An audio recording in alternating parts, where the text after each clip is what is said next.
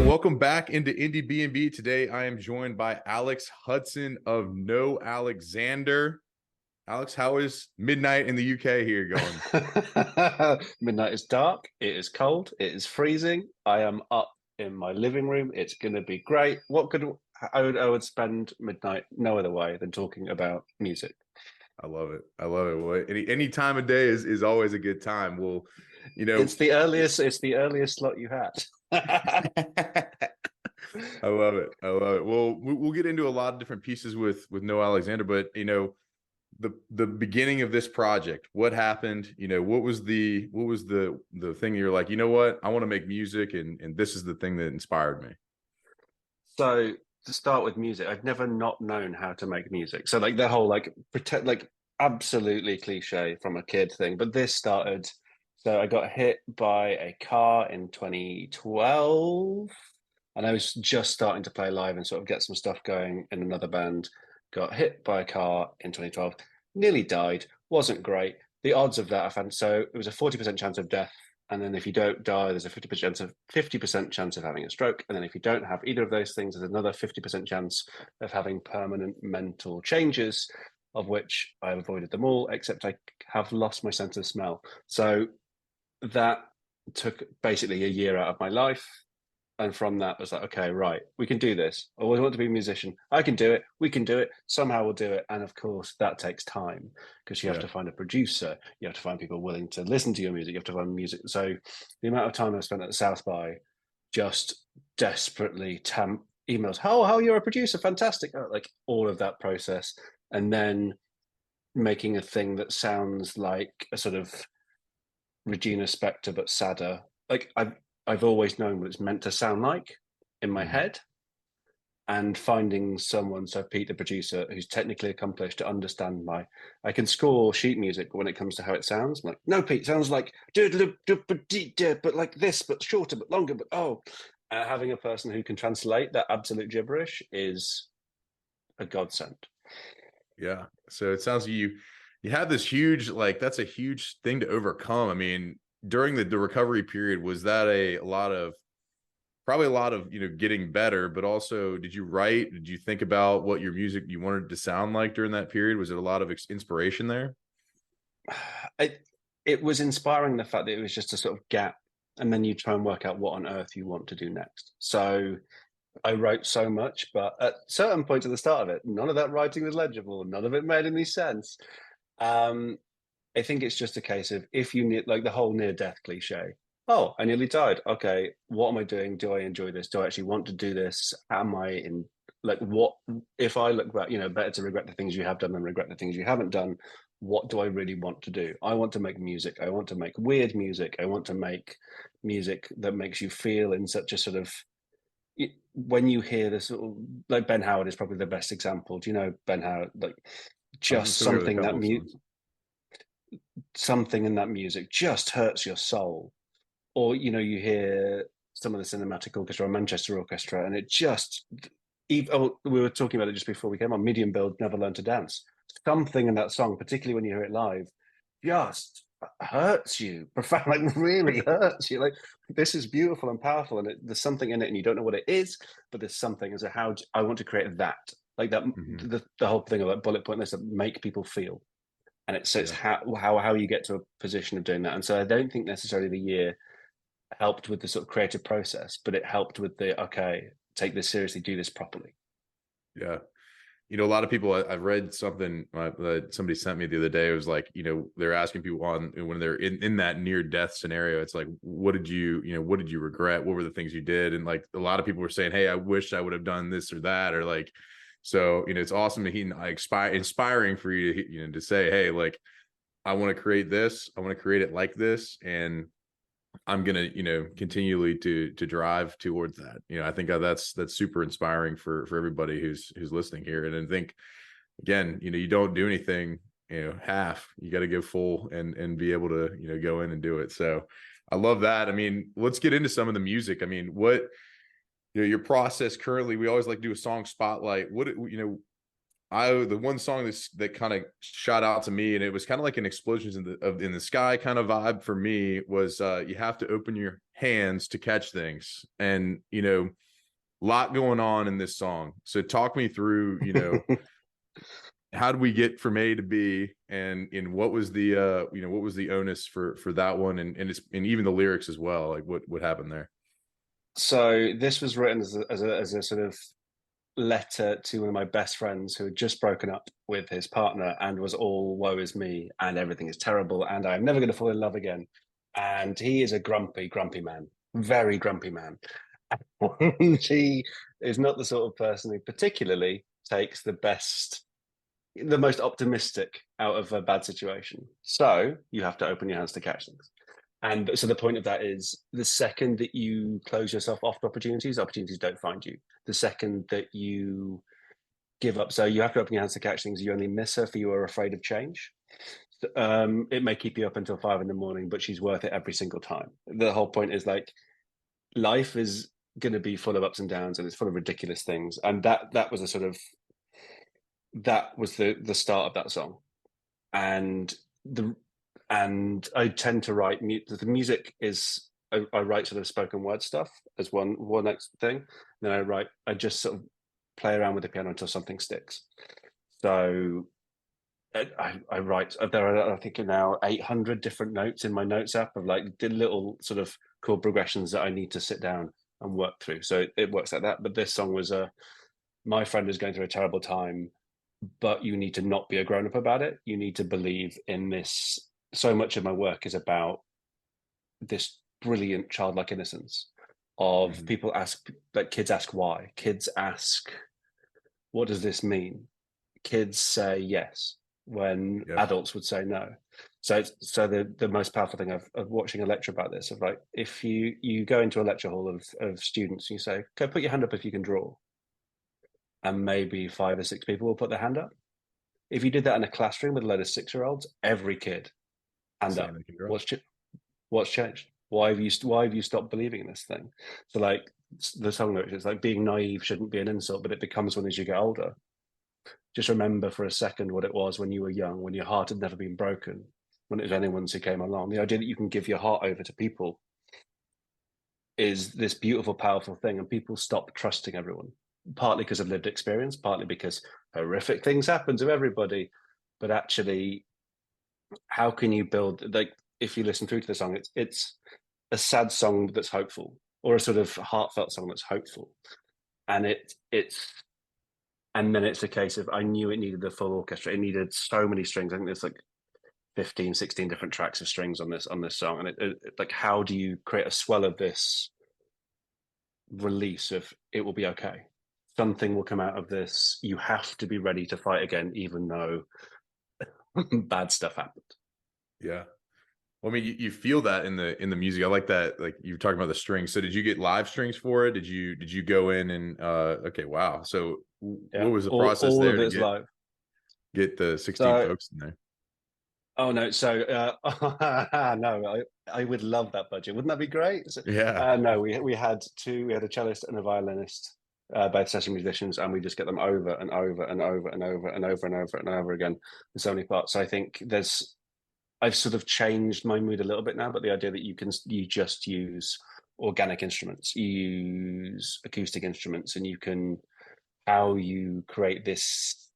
And of course, all production is a lie. All production is this manipulating every tiny little detail. But it was 2 session musicians who were just absolutely magical and so patient. And they were at the Royal College of Music, so they were much better at music than I am. And so like I can say like what about this, what about this, and they understood precisely what I meant, and it was just building and building and building until it sounded full enough. Like there's that skill of a producer to make sure it doesn't sound too full, but Yeah. just the cello is the most beautiful instrument. And now sort of my cellist who's in the band now permanently, Laura, who's also way better at music than I am, it the sort of resonant frequencies of a cello are closest to the human voice, so it affects you emotionally the most. So it's that, and it's the only instrument I've ever wished that I could play that I don't. Yeah. Wow, I didn't know that about the cello. That's a really, really that now that I think about it, all those tracks that kind of give you the chills right then, like, Explosion in the Sky, you talk about cinematic orchestra, like those people, they have that kind of build in it with the cello. So that's interesting. With this particular track, I mean, it's obviously your most streamed song. We always ask, why do you think that is? Like, what is the, did somebody pick it up on, a TV show, or like what was the, what's the kind of the story behind that as well? So when I was demoing it out in South by, a now friend who works at a label I sort of sent him all the songs, and he's a very busy person. And within 10 seconds of the song, I was like, well, that's obviously the single. Like, so the it's like, this one is just in G major. It's really simple song. And I think the point is it's the simplest. Yeah. And both musically and thematically, it's the simplest. Like, you have to open your hand to catch things. That kind of makes sense to everybody. Some of the other songs are talking about a sort of really complicated situation in a bar with an ex-partner in some sort of, oh, I'm being really clever with this time. No, you're not. This is a simple song, and it resonates with it. So it got picked up by a few playlists. It got picked up, and that carried it. And so now it's got enough followers, and so it's a case of building on that, and it's a case of going again, going again, going Yeah. again. Breaking into that 800 that you have, that 800 notes, and getting in there and pulling the magic out. The new songs are ready to go. So the album is written. It's just a case of it's going to be recorded early next year. It's getting it out, and then it's a case of the waterfall release, like the whole system of, you don't release an album, release a single after a single, and your album comes after, and it's all of that mechanical process that I am terrified of and scared of, and I just want to make music. I'm gonna go ahead and give you the same advice that you just said, is you got to open your hands to catch things. Come on, man. You have to do the I'm thing. excited. You can get the album, it's gonna be great. I mean, if it's anything, just putting the heart and soul into it, everyone's gonna appreciate it. That's I think the big thing. And so with you, I mean, like, I guess with your process, just in general with writing, you've got folks in the band now, like, coming out, like, are there's any of the same folks that were in your band before the car accident in the band now? Oh no, the music before the car accident was I've still got demos from that. It is rubbish, and it is niche and weird. No, so it was very. I've been in three bands. So the one was a school band, which had the most. So we named our school band after a random visual artist from Mexico that we'd found on the internet, and then we just named it her name. And then she got in touch with me, like, "Why have you named your band this? This is weird." Like, we're really sorry. We'll stop that now. And then I ran a sort of the band before the car crash was called We Misadventure, which I still think is a fabulous name for a band, despite everybody I've talked to saying it's rubbish and it makes no sense. It's very clever. It's not. So no, it is. So the cellist is an old school friend's, like, relation of a relation, but no, it's all new. It's just from what I've learned over the years and how this goes forward now. Yeah. So are you writing most of it, or are they come in with ideas as well? Like, what's that, kind of creative, split look like there? I'm writing. I'm trying to get. So Laura's been doing some sort of sketches and improv stuff, but she's so used to working in orchestras and working with sheet music that I'm trying to sort of unpick that. Watching that woman sight read is the most mesmerizing experience I've ever seen. Like, watching someone at that, like, Royal College of Music is you can get in trouble. One of the best music schools in the country. She would argue it's the best. And so just watching that process of one of the most competitive schools in the world is mind blowing. But no, I'm writing it and we're sort of arranging it together. Gotcha. That's like, a crazy, like, you have to really take into a lot of accounts with, like, different instruments. So what do you specifically, do you play, like, do you have strings? Do you have a, guitar background, or a piano or keys, or what's your go-to? Classically trained pianist, and I play guitar less well than I play piano, and I arrange in now for full orchestras. I'm teaching myself to write in the wind section, but how you do all the breath, like, so having to write where there are breaths is still hurting my mind. Like, how do you, that you have to have certain rest pauses for breath intake, and how you manage that into a sort of score is hard. It's almost like scoring for orchestras is difficult or something. Who knew that this was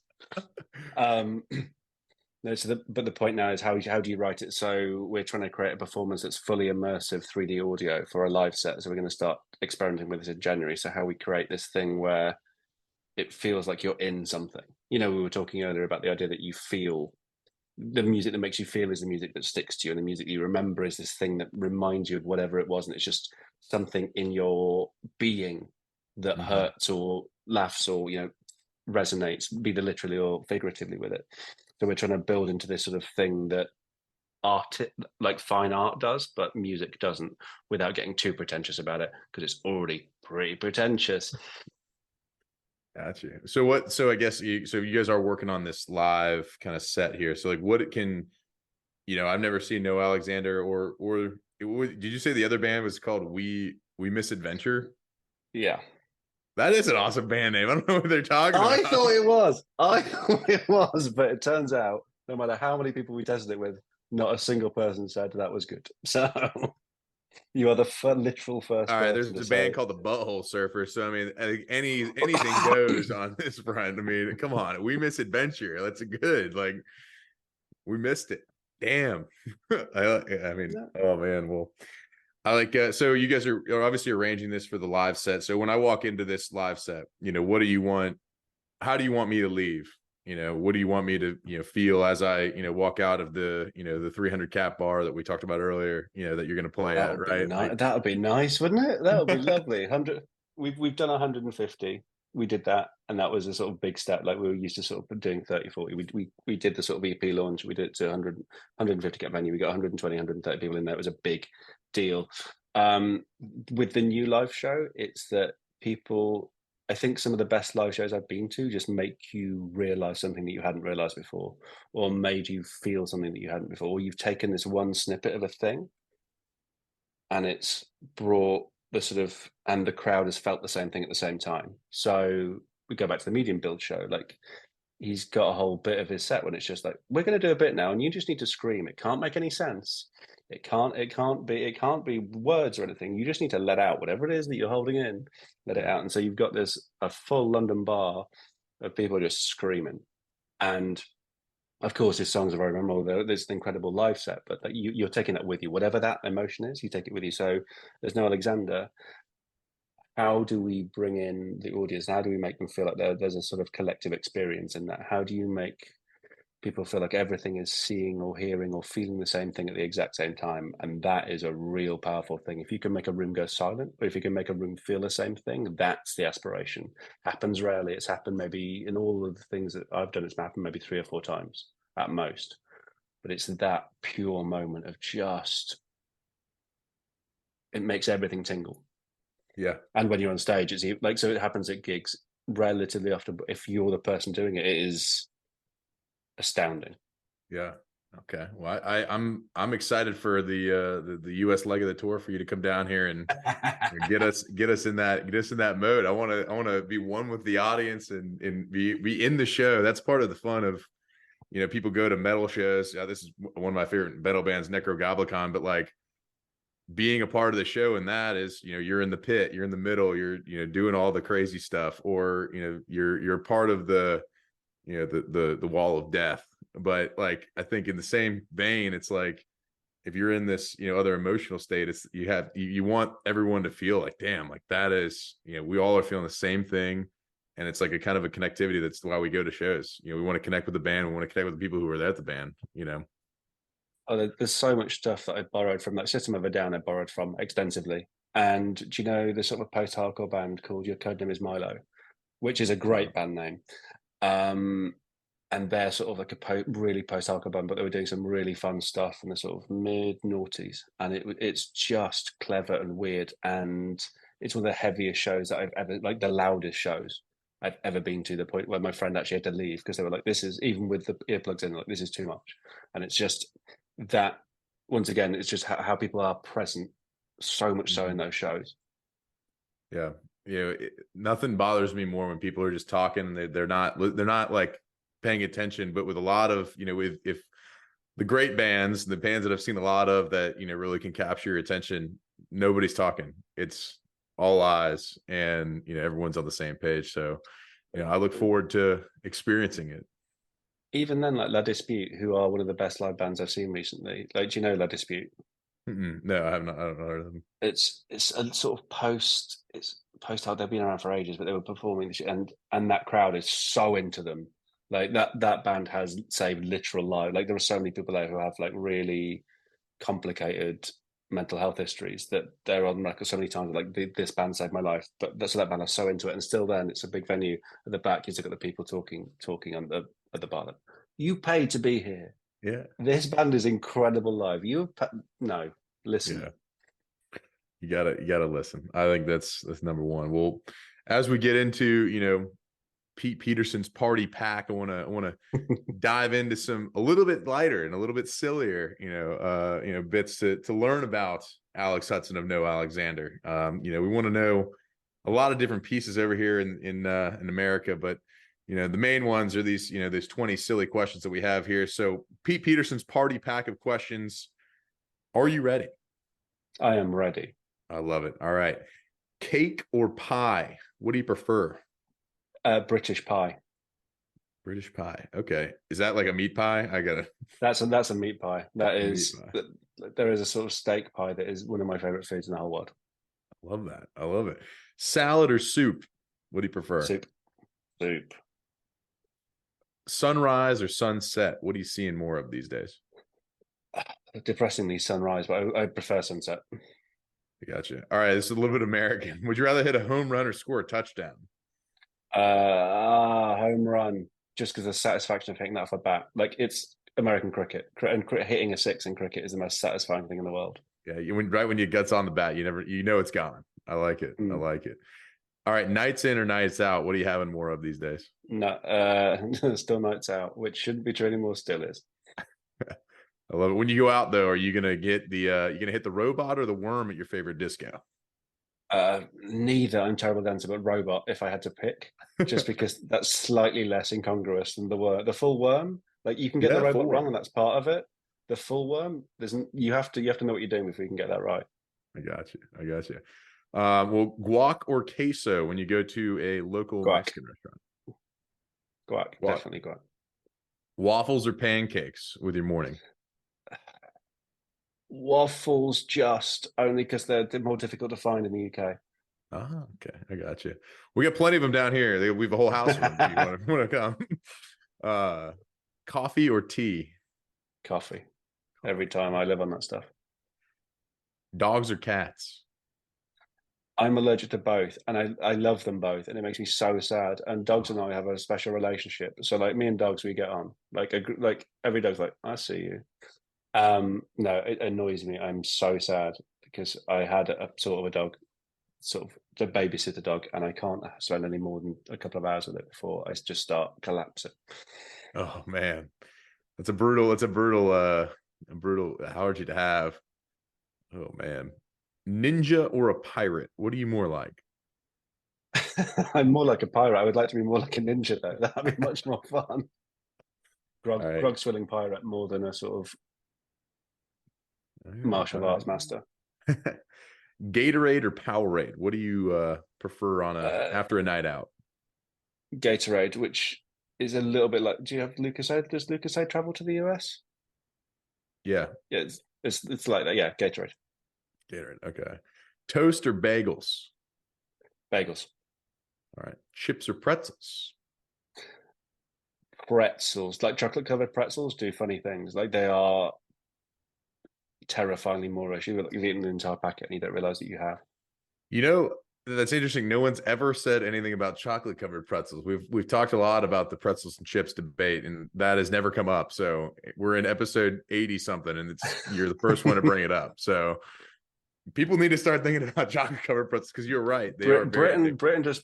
Britain does pretzels terribly, like the sort of proper pretzels. So we've got a limited thing to go off, but chocolate covered pretzels are amazing. That's a good point. All right, fries or tots or crisps as you or no, they're chips for you guys, but fries or tots. Fries every time. Fries every time. Okay. When you after a long day, do you go home and watch a TV show or a movie?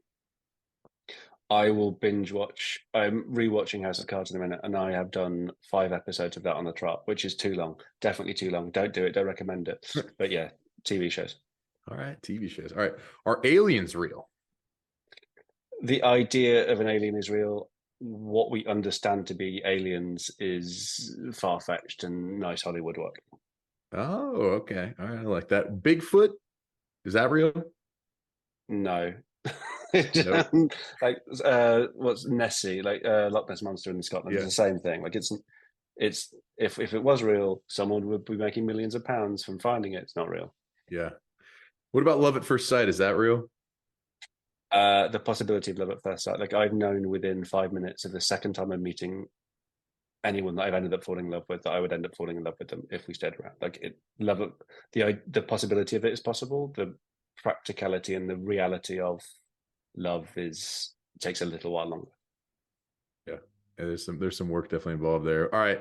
You've mentioned a few bands since we've been going, but give me two bands too that we ought to check out that we might not know. Obviously you found us through Medium Build, so this is a part of the networking collaboration effort here. So who are a couple bands that we need to check out from over the pond? So I'll give you a hack. So there's the windmill, Brixton Windmill live listing. So a guy called Tim Perry, who's the booking guy there, is like worship and deified rightly as a sort of guy who knows what's coming up. So Black Country New Road, he picked up Squid, he like Black Midi. I think they're big in the US now. Yeah. They're still artists in residence. All the bands come up through there. So whatever they're putting on is probably going to be amazing. So it's, if you Google Brixton Windmill, whatever's coming, that's going to be amazing. Two bands, Another Sky, have just since we've been talking about a new single that I haven't heard yet, but I saw them live a couple of weeks ago. They are amazing. And a band that I saw at a secret show, a band called Idols, who are perhaps the most British band who have ever been. It's sort of like punk, I've seen and Idols. it's then I'll come up with another one. But like Idols live are so good. Yeah, they're Or wild. I think you were talking about like Wet Leg, and then sort of the new Wet Leg are a band called The Last Dinner Party. They're really zeitgeisty at the minute. Love the Last Dinner Party. I am so excited for the release coming out this year or next year. I think I don't know. It's like I think it's early next year. They're releasing the full. They're doing the waterfall, but oh my god, I love that band, and I cannot wait for them to come here and go. It shouldn't make sense, and yet it does. Like you're like listening to like I shouldn't like this. I really really like it. Yeah, It does. It's wild. yeah. Or if you're That looking for was heavy, like good. or heavier, Lonely the Brave are like sort of they take you back to sort of like early noughties post hardcore, but they are really like once again like same as your Cuddim is Motto. They're heavy in a way that just hits you in the soul. I love that. I love that. Well, we got quite a few here. You said the Sky was the first one, right? That you Oh, said. another Sky. Another Sky. Okay. Another They've got Sky, they've got their Idols, second album Last coming Dinner out. Yeah, Party, and Lonely the Brave. yeah. I love it. And we got to check out Brixton Windmill is the Yeah. like the booking kind of deal that's got the next up in Britain. I love it. There's a tiny little venue that has some of the best stuff. Like Robo Cobra Quartet. They're an Irish six piece, I think, and it's sort of like post jazz. Is weird and brilliant. Anyway, sorry, I'm too down that rabbit hole. No, no, definitely. I mean, we love getting getting a different perspective on it for sure. We kind of we love to find new stuff. Anyone at my I have a buddy in New York who loves Squid, by the way, who's like he's all in on Squid and Wet Leg, and also him and I went and saw Dry Cleaning as well. So like they're one of our favorites. But yeah, he's always asked me for new things, and I'm glad that we got some I got some direct from the source, right from the right across the pond. So well, Alexander, I appreciate you taking the time to get in here and go through know Alexander and give us the details behind some of the brilliance, and we're really excited about 2024 moving into that, and seeing the waterfall get released. We'll have the I've got the notifications on, but anything else as far as that goes that's coming for you guys down the pipeline? We're starting to play live. Booking agent, crossing fingers. They've told us that it's coming from January, but the main thing is hustling this record so it's finished and getting it out and getting it waterfalled and getting it synced and getting and doing all of the hustle. So that's the thing, that to make sure that 2024 means that we sort of travel from 100K listens to, and we're sort of looking at how we get towards 1 million streams, and then just finding a community of people who will come and see us. I think that's the key thing. We've got a small number, but how we grow that and build it into a thing where we can be like, Medium Builder again was like talking about this, like they have a community of people who love their music rightly and they are friends with them, and it's a beautiful thing how we create that better. Yeah, I love it. We will do our part here in beautiful Atlanta, Georgia, to get you out there in front of our following, our mighty following, and we'll be able to hopefully get some more eyeballs to you guys, and we'll go from there. But I appreciate you coming on. Thank you so much for your time. Obviously it's 12:35 and it is late out there, but you've stuck in, and you've had the energy that I was looking for. I knew you were going to have. So I appreciate you taking the time to come in with us. No, man, thank you, Owen. It's really appreciated.